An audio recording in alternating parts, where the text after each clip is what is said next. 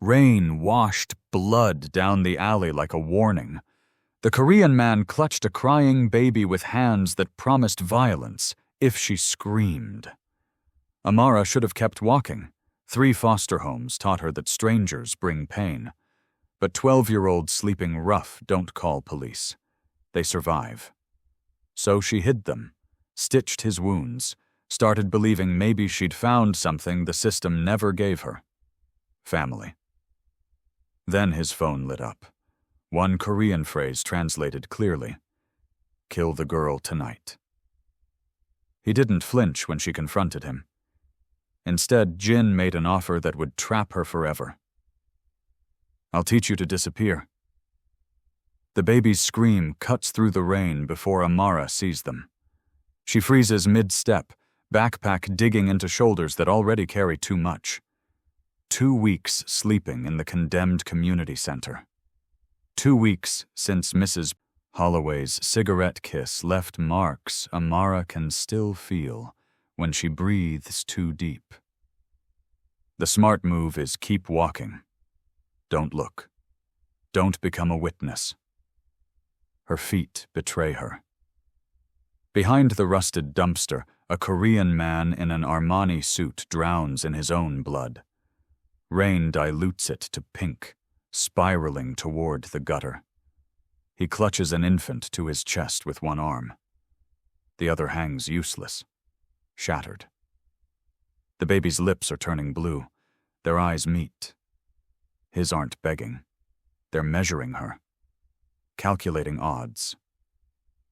Then something shifts in his expression. Recognition. Like he's been waiting for her specifically. Amara drops to her knees in pooled blood and rainwater, presses 2 fingers to his neck. The pulse flutters weak as a moth wing. Minutes, maybe less. The baby wails louder. Amara sees tiny fingernails gone purple. Hypothermia. Health class covered this.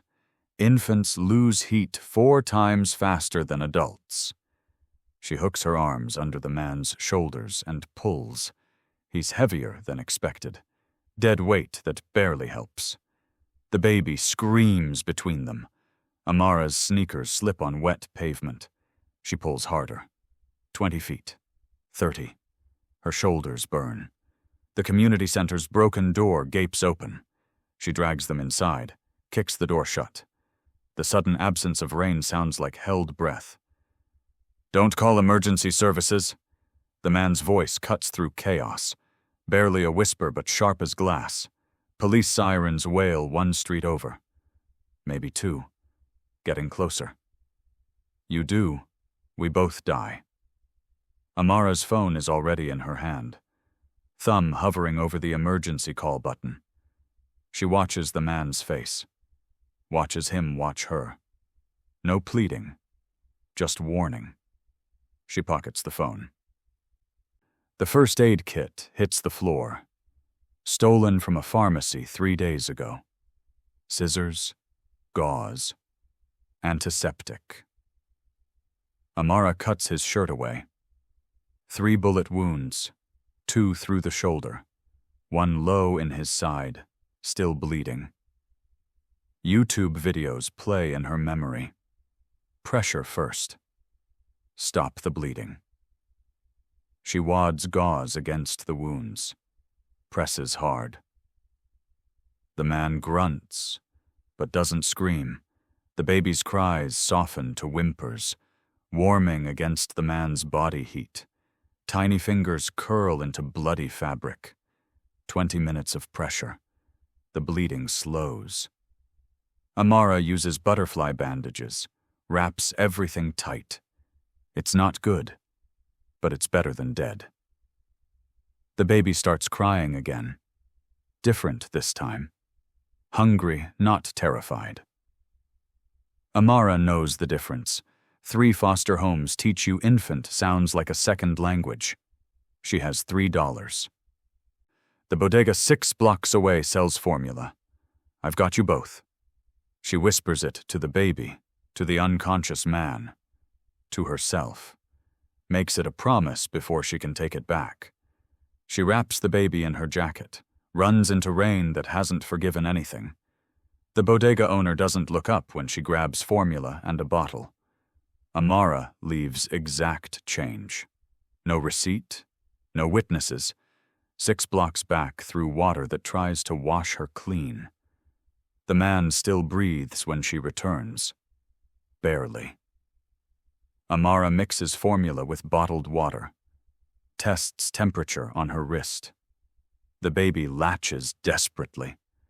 His hands grip her fingers with surprising strength. Something cracks open in her chest. 12 years of being invisible, untethered, unwanted. Now this infant looks at her like she's the entire world. She holds him close, cries silently while he drinks. Her tears mix with rain she didn't realize was still dripping from her hair. 3 hours pass.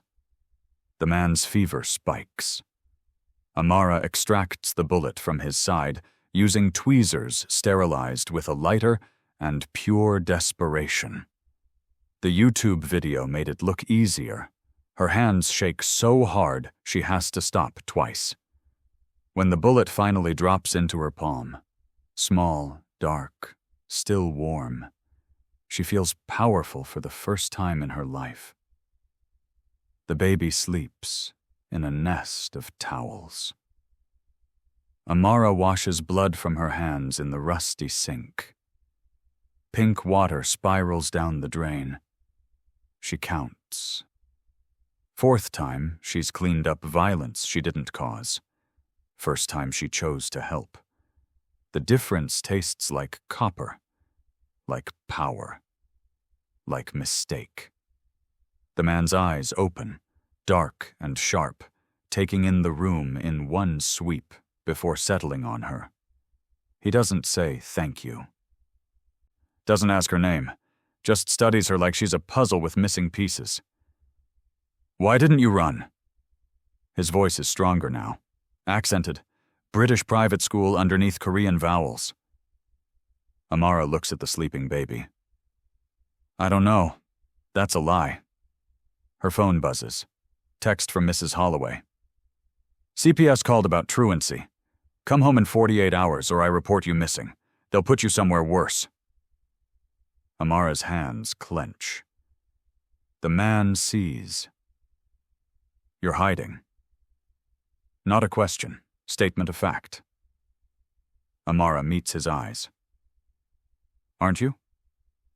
Pause. The smallest nod. You've done this before. Medical care, YouTube. Amara pulls her sleeves down over wrists that tell stories she doesn't share, and practice knowing what gets hidden. The man's gaze drops to her covered wrists. Something crosses his features.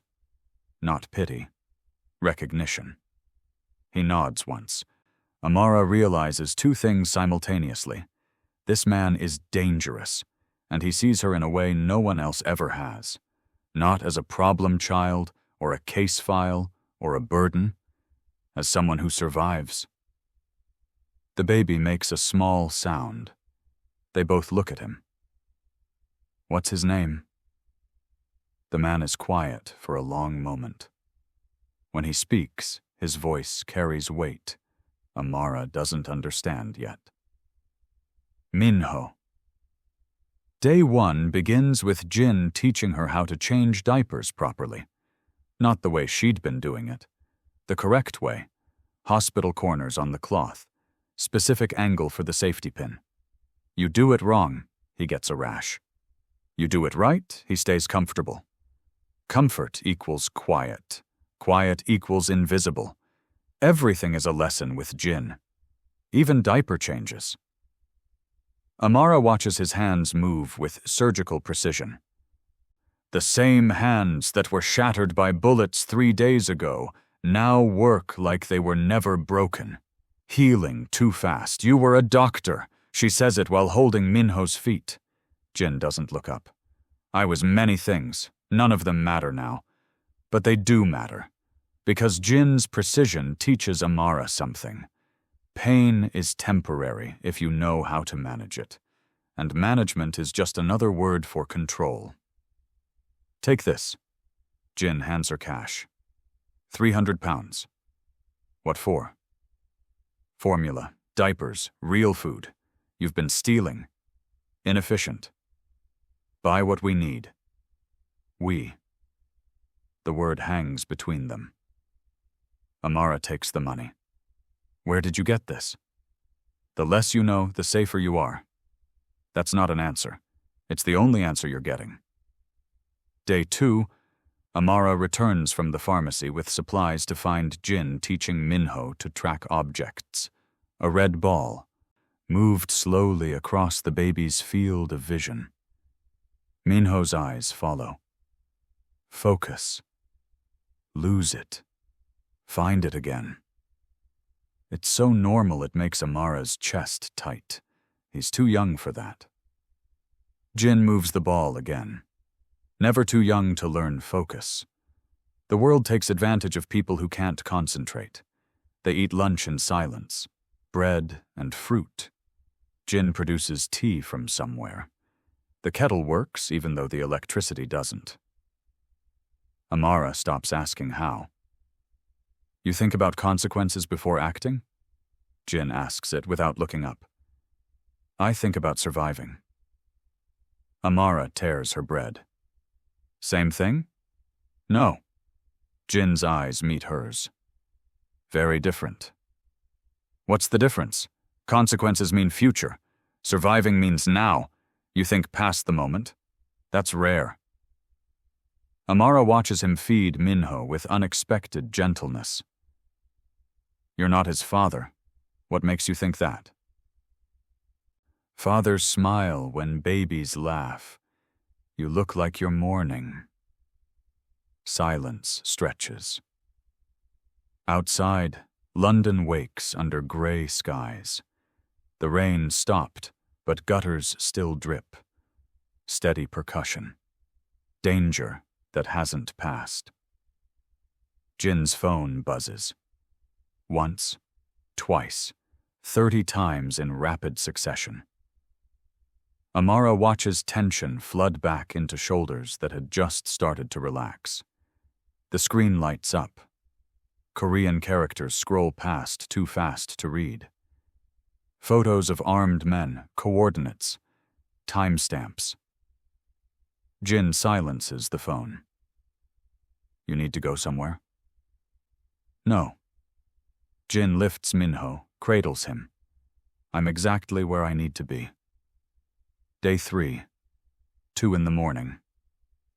Amara wakes to Minho crying. Not hungry crying. Pain crying. She's up before her brain catches up, lifting him from his towel nest. His forehead burns. Fever. She doesn't know what to do. Doesn't know what's normal for babies. Jin appears beside her. Silent. Always silent when he moves. Let me see. He takes Minho, checks his temperature with the back of his hand. Ear infection.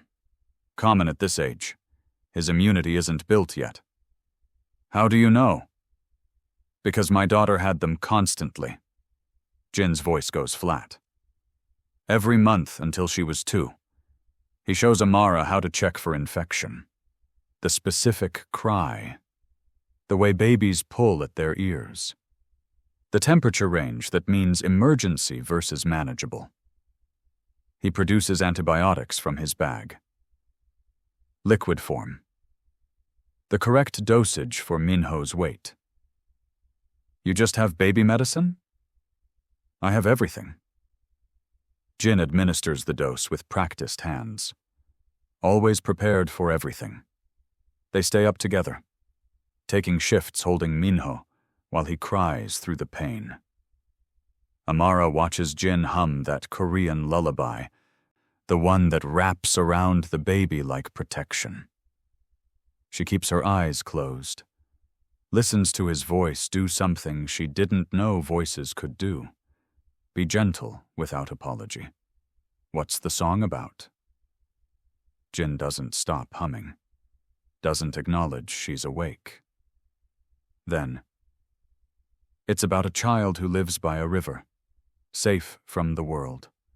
My mother sang it to me. I sang it to Ji-yeon. Now I sing it to him. Who's Ji-yeon?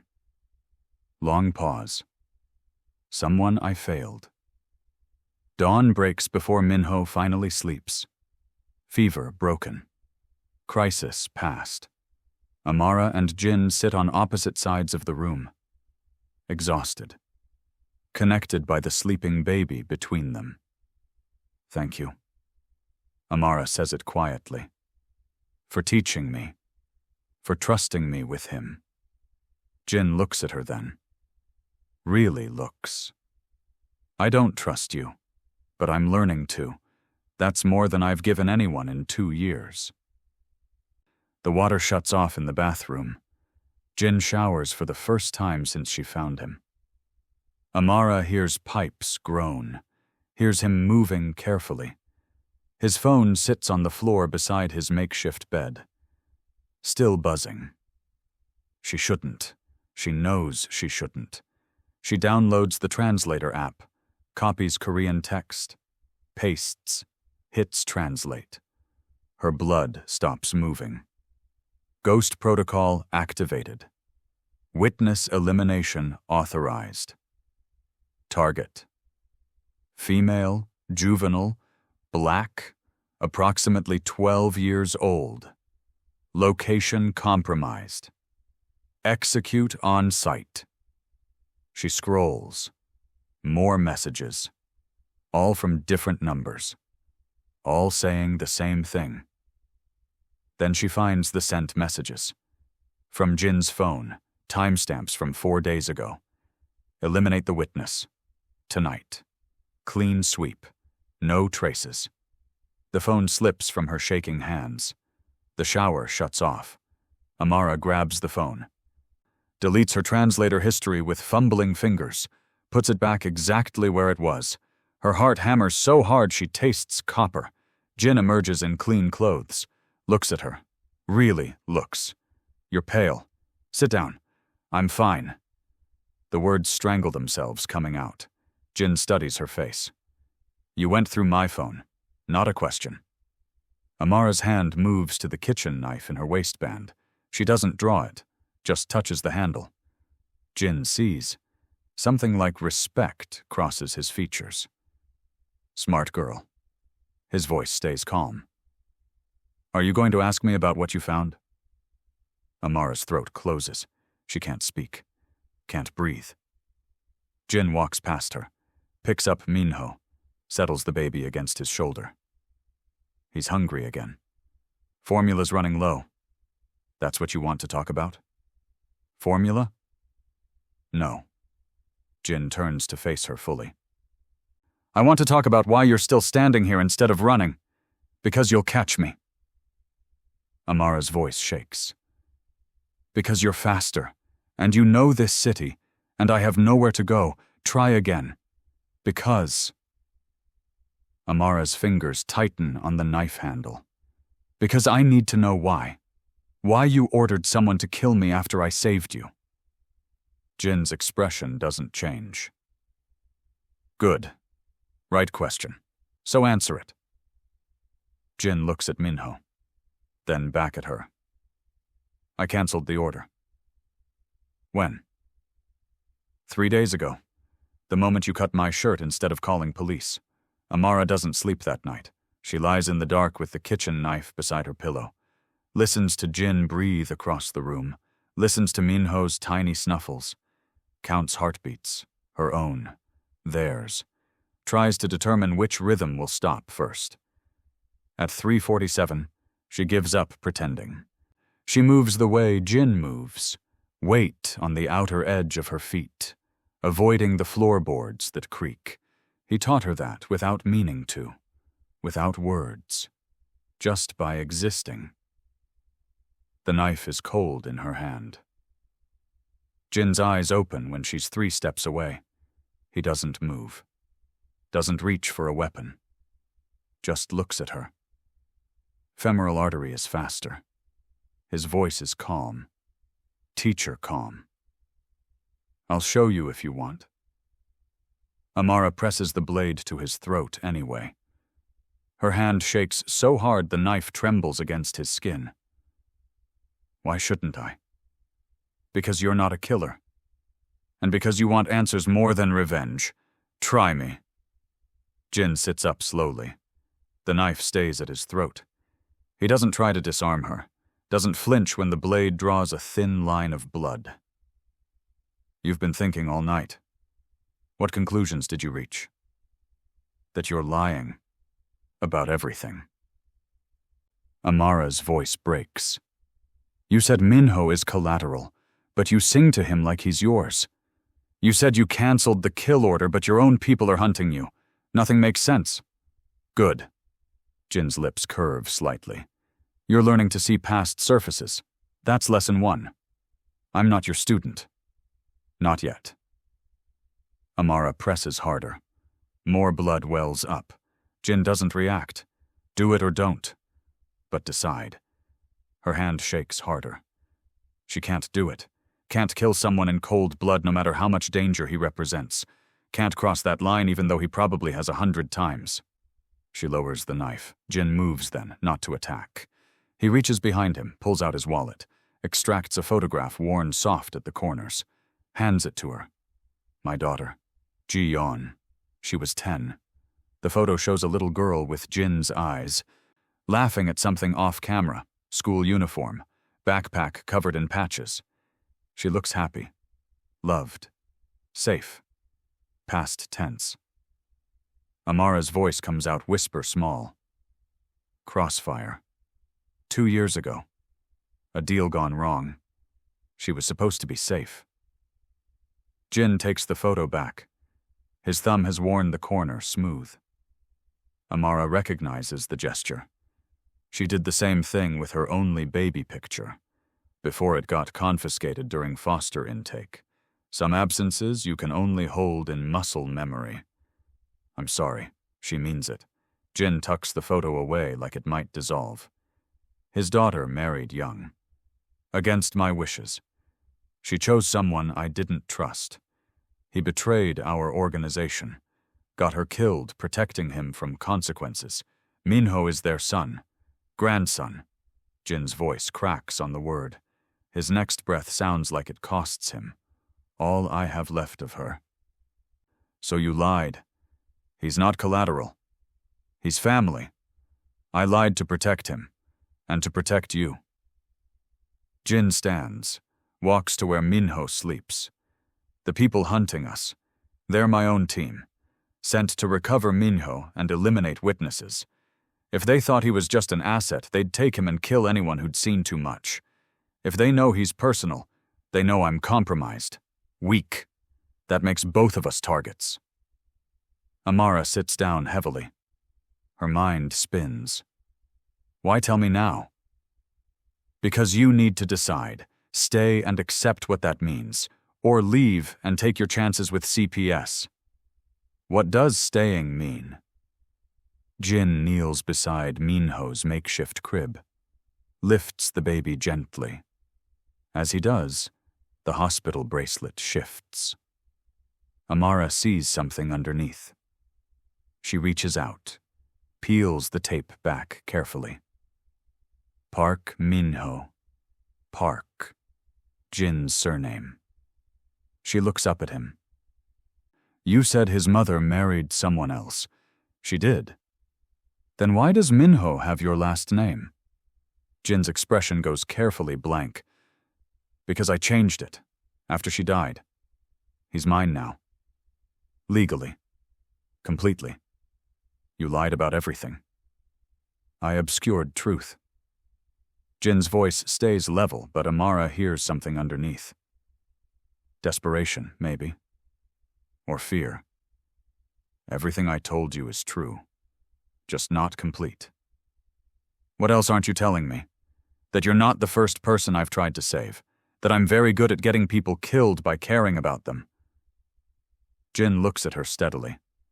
That training you might be the cruelest thing I've ever done because you deserve better, and I'm all you've got. I won't promise I'm different, but I'll teach you so no one can hurt you again. Sirens wail outside. Closer than before, Mrs. Holloway's voice crackles through Amara's phone. Voicemail. You have 12 hours. CPS already filed paperwork. They're sending police to look for you. 2 timelines converging. 2 different versions of being found. Amara looks at Jin, looks at Minho, looks at the knife still in her hand. Teach me. Jin nods once. Then we start now. Minho is your grandson, not collateral. Amara says it flat. Watches Jin's reaction. They've relocated. Different squat. Abandoned warehouse 2 miles away. The move took 20 minutes through rain that never stops. Jin moved like smoke despite injuries that should have slowed him down. Long pause. Jin unpacks supplies. My daughter married the man who got her killed. Minho's all I have left of her. Why lie? To protect him. Jin meets her eyes. Truth makes you vulnerable. 3 exits.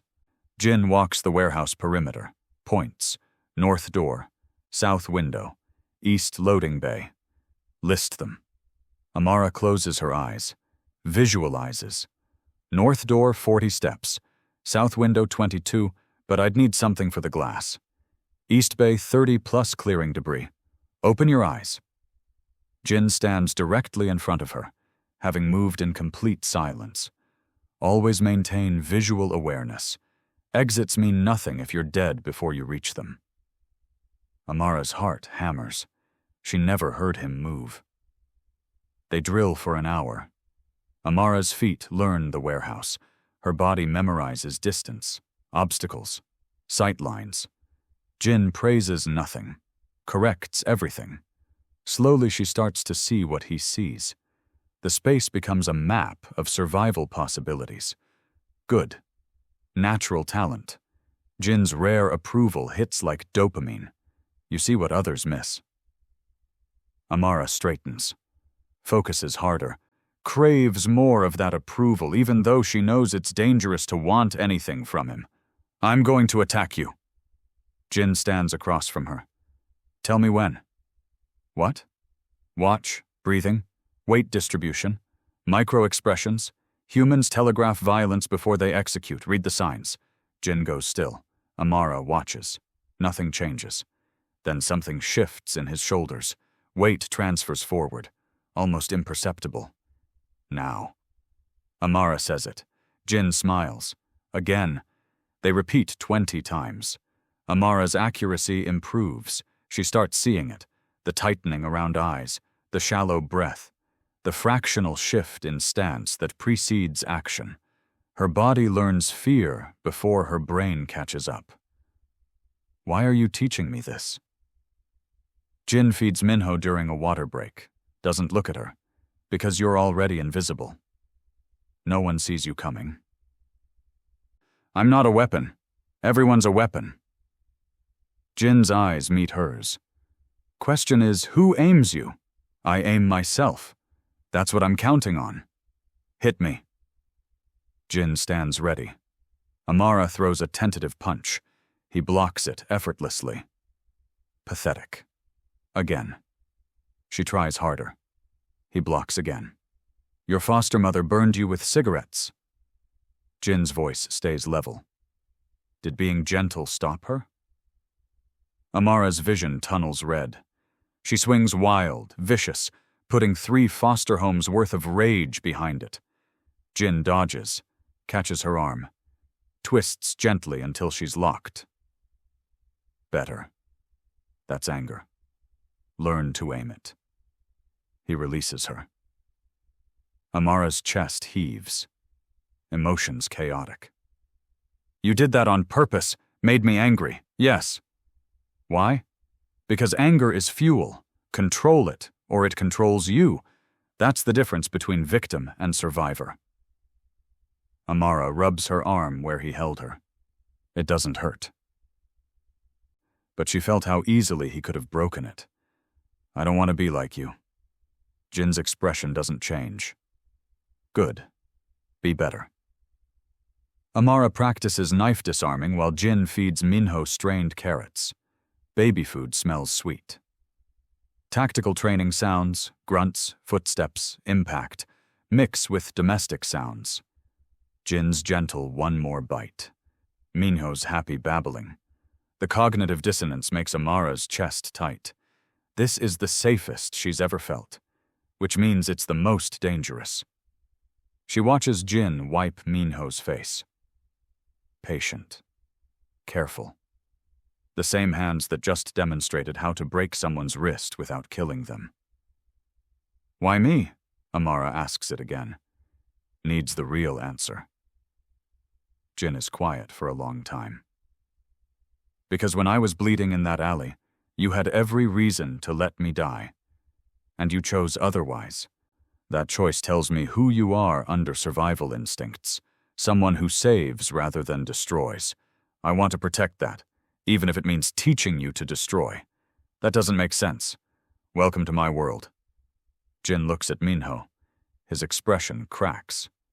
Nothing does. Fear is useful. Panic kills. Jin circles Amara while she maintains defensive stance. What's the difference? Fear means control. Panic means reaction. Good. Jin stops circling. What if I can't tell the difference? Then you learn fast. His expression shifts. Listening. Amara hears it too. Footsteps outside. Multiple people. Heavy boots. Jin moves instantly, grabs Minho, hands him to Amara. Back exit, now. But you said... I lied. Always have a backup plan. East Bay, go. What about you? I'll follow. Move. Amara runs, reaches the loading bay, starts climbing. The door bursts open. Amara! A Korean man, 30s, tactical gear, weapon drawn, skids inside. Sees her. Lowers the gun fractionally. Jin appears beside her. Takes Minho. Han. Status. GPS ping traced to this sector. Han works his device. I came ahead of the team. Rival clan dispatched 90 minutes ago. How long? 15 minutes. Maybe less. Han's device shows a map. A red dot pulsing. GPS activation timestamp, 3 hours ago. The exact moment Amara used Jin's phone to translate messages, her blood turns to ice. This is my fault. I turned on location services. I didn't know... Jin grips her shoulder. You made a mistake. I've made thousands. We adapt. But I led them here. Which means you learn what mistakes cost. Jin's eyes are hard. And you don't make them again. I'm sorry. Sorry means nothing. Jin hands Minho back to her. Surviving means everything. Show me what you learned today. Find us an exit they won't predict. Amara closes her eyes. Visualizes the warehouse. The surrounding buildings. Everything Jin taught her about reading space. There. She points. Old sewage access under the south corner. They'll cover exits. They won't think we'll go down. Jin smiles. Sharp and approving. Ghost thinking. Let's move. They don't make it 15 steps before headlights flood the warehouse entrance. 4 vehicles. Black SUVs circling like sharks. 20 armed personnel. Maybe more. Han counts from their elevated position on the second-floor catwalk. Extraction team 12 minutes out. We hold until then. Jin studies the positioning below. Professional. Too professional. What does that mean? Amara shifts Minho to her other hip. The baby has gone unnaturally quiet. Means they're not rivals. Jin's voice stays flat. These are ours. Your own people? Recovering assets. Containing security breaches. Jin checks his weapon. They'll try to take Minho intact. Everyone else is expendable. A woman's voice echoes through a megaphone. Korean syllables sharp and clear. Jin goes rigid. What did she say?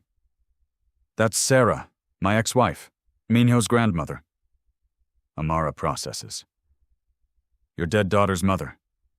Yes. She's with the rivals. She is the rival. Jin's jaw tightens. The organization Ji-yeon married into, the one that got her killed. More Korean from below. Sarah's voice stays calm. Reasonable, like they're negotiating a business deal. Jin translates quietly. She says she knows I'm protecting our grandson. She wants to discuss custody arrangements civilly. She's asking me to send out the child and the girl. You're not... Of course not. Jin steps to the railing, calls down in Korean. The conversation that follows sounds almost pleasant. Then Sarah says something that makes Jin's entire body go tense. What? She says if I don't come down, she'll burn the building. She has enough cause. Area's condemned anyway. Amara smells smoke, looks down.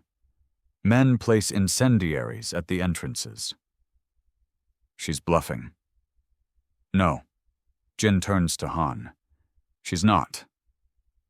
Extraction? 7 minutes. We don't have 7. Jin looks at Amara. This is the moment. You understand what I'm teaching you now? That everyone's terrible? That caring about someone makes you weak? Rain starts hammering the roof again. Steady. Relentless. Amara holds Minho against her chest. Feels his heartbeat hammer against her ribs. 180 beats per minute. Too fast. She counts them anyway. Memorizes the rhythm. This might be the last time someone depends on her. The weight of him. The trust. She wants to remember every detail. The rain on the roof sounds like static, like the world erasing itself. Sarah calls out in English. Amara, sweetheart, I know you're up there. Her voice carries over the rain. Your name is Amara Davies, 12 years old, 3 foster placements, currently missing from CPS custody. How does she know? Amara breathes the question. Because I told her organization your description when I canceled the hit. Jin's expression is stone. Insurance that they'd leave you alone. It kept you alive then. It makes you leverage now. Sarah continues. Amara, I'm not your enemy. Jin is dangerous. Wanted by multiple law enforcement agencies. He kidnapped you and my grandson. I'm here to rescue both of you. She's lying. Is she? Jin meets Amara's eyes. She can offer you safety, legal adoption, sole penthouse, private schools, real family, everything I can't give you. You're testing me again. I'm giving you a choice. Real one, maybe the only one that matters. Amara, please listen. Sarah's voice carries perfect maternal warmth. I know what it's like to have nothing. I was in your situation once. Jin collects broken things. I rehabilitate them. You deserve better than this. Amara looks around. Condemned warehouse, smoke rising, armed men, a baby who isn't hers, and a killer who made her care. She looks at Jin. What do you want me to do? I want you to decide. For yourself. Not because I tell you, not because you're scared, because you choose. What would you give me? Amara calls down to Sarah. Everything Jin hasn't. Stability. Education. Protection. A mother who won't abandon you. What do you want in return?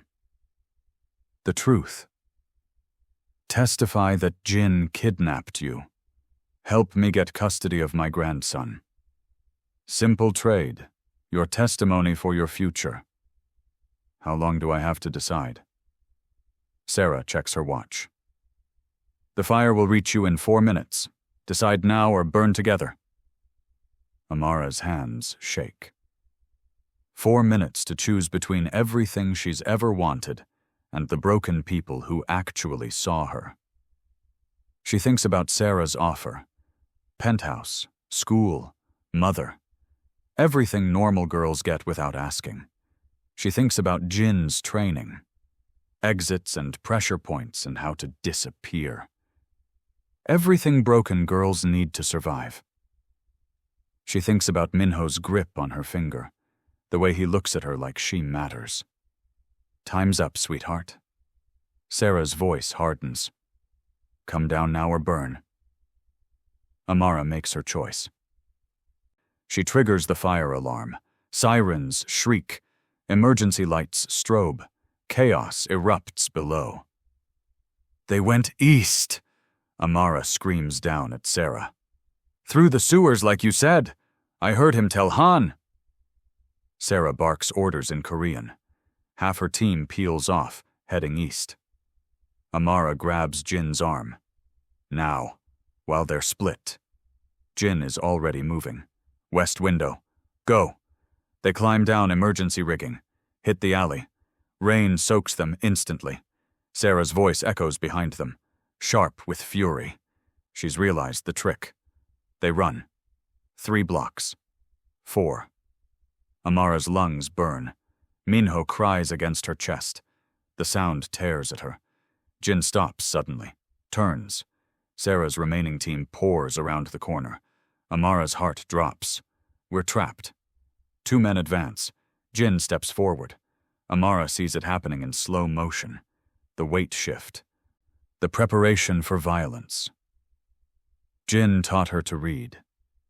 But he's injured. Still healing. Too slow. The first man raises his weapon. Jin won't make it in time. Amara moves without thinking. Steps between them. Does exactly what Jin taught her. Reads the man's body language, sees the fractional shift in his stance, strikes first. Her palm hits his throat at the exact pressure point Jin demonstrated. The man drops, gasping. Not dead, but disabled. Amara stares at her hand. There's no blood, but she feels it anyway. The line she just crossed. The thing she can never take back. Jin grabs her arm. Move. Now. Han's extraction vehicle roars up. Doors open. Get in. Amara climbs inside, hands shaking. Minho crying. Jin beside her. She looks at her palm again. The one that struck. The one that hurt someone. I did that. Yes. Did I kill him? No. But you could have. Jin's voice stays level. You chose not to. That's the difference. Amara doesn't feel different. She feels exactly the same, which somehow makes it worse. I knew you'd do that. Jin says it quietly. Knew you'd protect us when it mattered. Counted on it.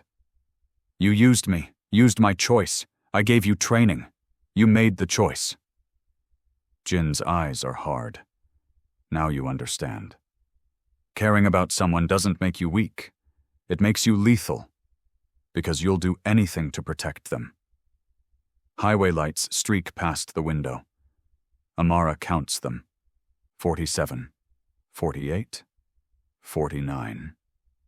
Each one takes her further from the girl who saved a stranger in the rain.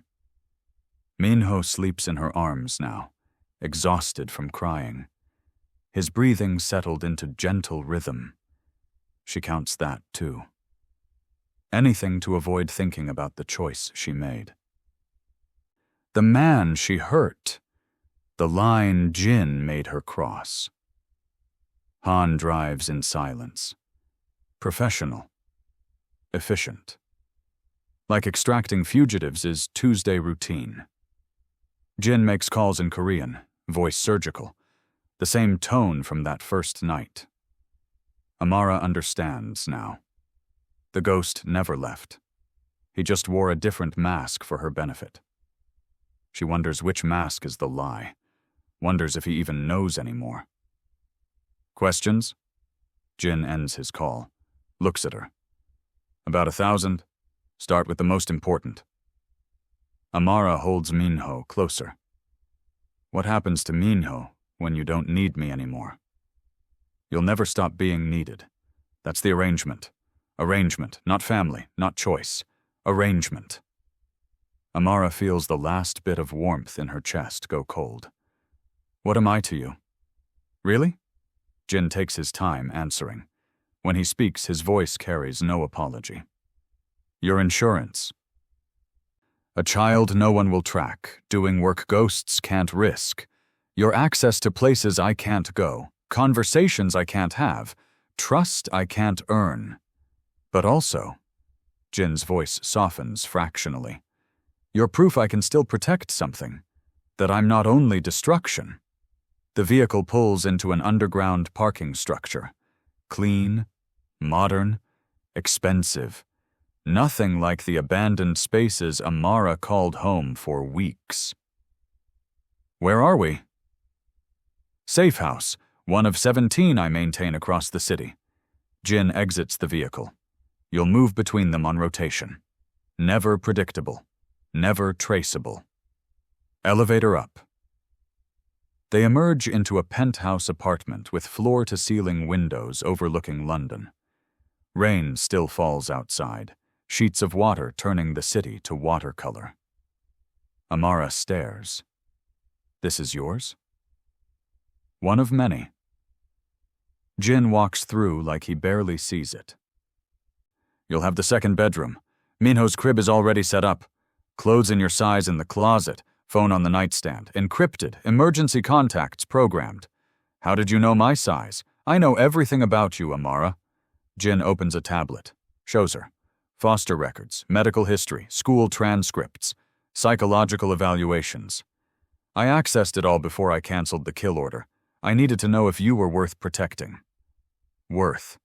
Like she's livestock being appraised. Jin swipes through files, surveillance feeds, dozens of them, schools, parks, government buildings.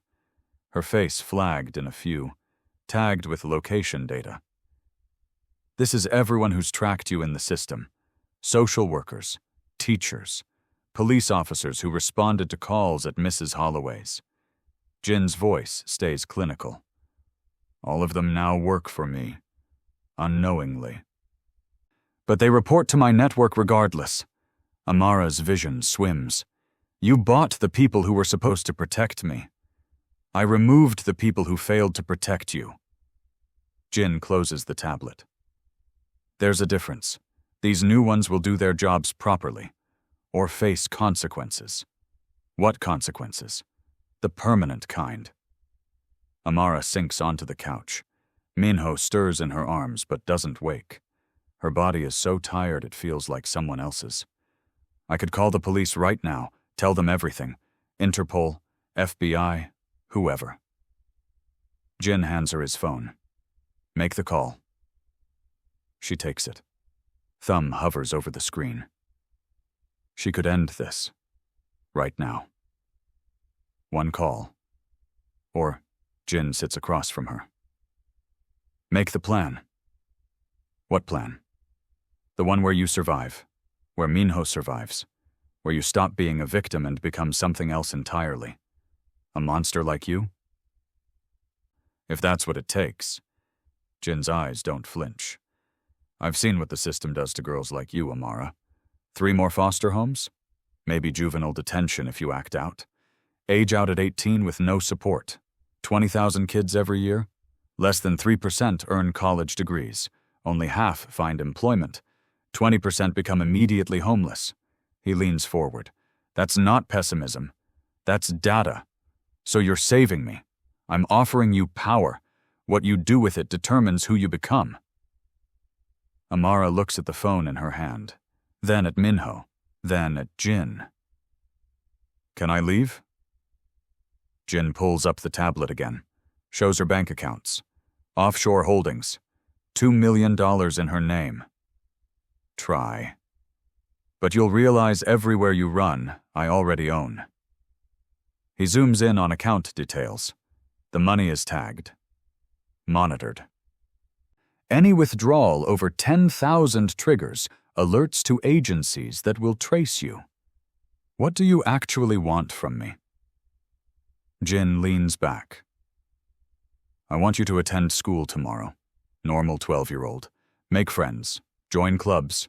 Be invisible in plain sight. His voice stays conversational. And when I need you, twice a month, maybe less, you'll do small jobs, deliver packages, observe meetings, report conversations. Nothing violent, nothing that risks you. For how long? Until you're 18 and age out of my usefulness. Jin pauses. Or until you're good enough to take over. Whichever comes first. Take over what? Everything. Jin's expression is unreadable. I'm 53. This life has expiration dates. Eventually someone faster, smarter, hungrier will end me. When that happens, you'll have the network, the accounts, the infrastructure. You'll decide what to do with it. Why would you give that to me? Because Jiyeon was supposed to inherit it. She refused, chose love over legacy, got killed for it. Jin's voice stays level, but Amara hears the fracture underneath. You remind me what I was trying to build before everything became survival. What about Minho? He stays with you. You raise him. Jin stands, walks to the window. When he's old enough to choose, you tell him everything. What his mother was, what I am, what you've become. Then he decides his own inheritance. You're asking a 12-year-old to raise a baby. I'm asking someone who saved a stranger in the rain to do what she's already doing. You want normal, Amara? That died the moment you pulled me out of that alley. All we get is power. Question is whether you take it or let it take you to... Highway lights continue their rhythm outside. 50, 51, 52. Amara stands at the window in her new room. Clean sheets, soft mattress. Everything a child is supposed to have. The safest cage she's ever known. She thinks about the girl she'd been 4 days ago. Invisible, powerless, unwanted. That girl died in the alley. Amara just didn't realize it until now. Minho sleeps in his crib beside her bed. Brand new, expensive. Jin had it delivered and assembled before they even arrived. He'd planned this. All of it. She walks to the crib, looks down at Minho's sleeping face. I'll survive long enough to give you a choice I never got. She whispers it. Makes it a promise. A soft knock. Jin stands in the doorway. Tomorrow you start at Riverside Academy. New identity. Amara Park, my ward. Orphaned niece from Seoul. He hands her documents, guardianship papers, passport, school enrollment, all dated 2 weeks ago. You knew I'd say yes. I knew you wanted to survive. And I gave you the only path that guarantees it. That's not a choice. That's coercion. That's life. Jin's voice goes soft. I didn't invent this world, Amara. I just learned its rules. Jin calls it power. Amara knows the real word. She just can't say it yet. Can't name what's happening to her, even though she recognizes every pattern. Isolation. Manipulation. Forced dependency. The system taught her to recognize these things. Jin's just better at executing them than anyone who came before. Maybe. Amara looks out at the rain-soaked city. The single word hangs between them. Promise and threat. Agreement and warning. Jin hears it. Smiles slightly. You'll be dangerous? I'm counting on it. He turns to leave. Stops at the door. Get some rest. Tomorrow your real education begins. Jin. She stops him. One more thing. He waits. Do you regret it? Any of it? Your daughter. This life. Me? Long silence. Jin looks at the rain streaking the windows. Every day. His voice barely carries. But regret changes nothing. Only action matters. He leaves. Closes the door softly behind him. Amara lies in her new bed. Clean. Soft. Safe. She doesn't cry. Crying is for people who have choices. Instead, she plans. counts resources, maps relationships, applies everything Jin taught her about exits and leverage and survival. One day she'll be good enough, fast enough, smart enough. One day she'll decide what happens to the ghost. But tonight she's 12 years old, in a stranger's penthouse, responsible for a baby she loves and a future she can't escape. Tonight she's exactly where Jin needs her to be. Amara wakes to Minho babbling.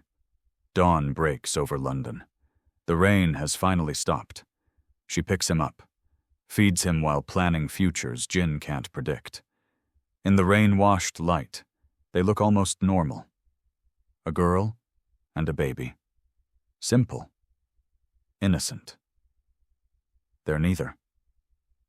Jin's voice carries from the other room, speaking Korean to someone who will never know she exists, building something or destroying something, or both, simultaneously. The ghost at work. Amara touches the window, leaves a handprint in condensation, watches it fade. She's home. Finally. Permanently. And she's already planning her escape. Not today. Not this year. Maybe not for a decade. But one day she'll teach Minho the truth Jin taught her. That caring about someone gives others power over you. One day Minho will have the choice Amara never got.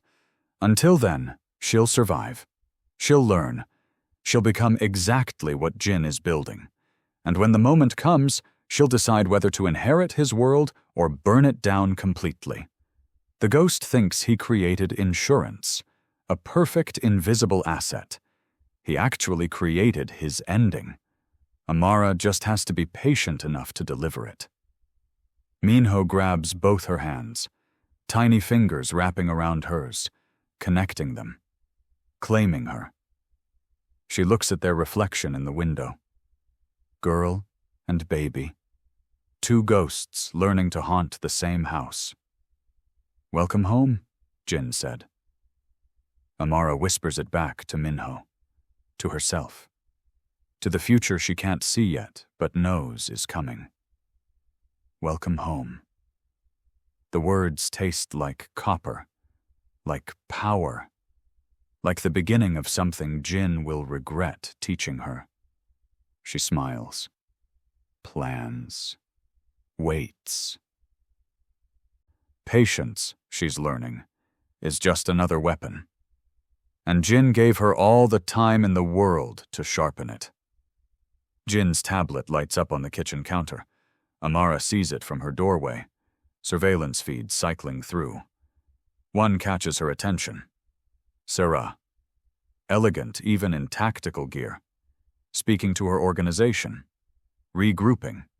Planning. The grandmother isn't done, not by a long shot. Amara watches the feed, watches Sarah point to a map of London, watches armed men receive orders. She'll come for him again. Amara thinks it, knows it with certainty. Part of her should be afraid, should tell Jin, should prepare for the next attack. But another part, the part Jin's been carefully cultivating, thinks something different. Let her come. Let her try. Because next time Amara won't be the scared girl hiding on a catwalk. Next time, she'll be ready. Next time, she'll show Jin exactly how good a student she's become. She turns away from the surveillance feed, goes back to Minho, the baby who connects her to all of this, the baby who makes her complicit, the baby she'd kill to protect. And that realization, that she'd cross any line for him, is exactly what Jin intended. She understands now. He didn't trap her with threats or money or surveillance. He trapped her with love, with the one thing she'd been starving for her entire life. Someone who needed her. Someone who looked at her and saw safety instead of burden. Minho grabs her finger, holds tight. She holds back tighter. Welcome home, she thinks again. This time it doesn't taste like copper. It tastes like acceptance, like resignation, like the moment you stop fighting the current and let it take you wherever it wants. 4 days ago, she was invisible because the system forgot her. Now she's invisible because the ghost made her untraceable. 4 days ago, she cleaned blood from her hands and called it the 4th time she'd dealt with violence she didn't cause. Now she's learning to cause it herself. 4 days ago, she saved a stranger in the rain. Now that stranger owns her future. But Amara's learning something Jin didn't account for. Something his grief and guilt made him forget. The people you save remember who held the power first. And they wait. The rain has stopped. London wakes under gray skies that promise nothing.